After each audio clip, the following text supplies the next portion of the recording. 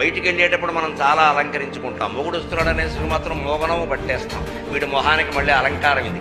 అందువల్లే సంసారాలు బాగుంటాయి. అలంకారం భర్త కోసమా, వీధిలో వాళ్ళ కోసం. వీధిలో గడితే గంట మేకప్ పోతారు ఒక్కొక్కడు. ఇంట్లో కూర్చుంటే మాత్రం ఒడినేటి వేసుకుని కూర్చోడబెట్టు.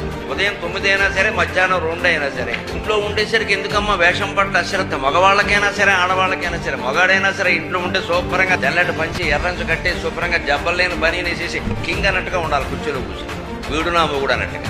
అసలు పేడ మొహం వేసుకుని 10 రోజులు బట్టి వేసిన అదే బనీని మళ్ళీ మళ్ళీ వేసి చీకిపోయి వాసన కొట్టుకుంటూ ఒక అడలుంగి ఒకటి తొడిగి అది మళ్ళీ గుండ్రంగా పుట్టేసి మధ్యలో పైనుంచి కిందికి, కింది నుంచి పైకి అదే తొడిగేసి ఇలా ఉంటే ఆడాళ్ళకి ఆకర్షణ ఏముంటుందండి? చూసుకో మొహం చూడు, ఆమదం మొహం వాడండి.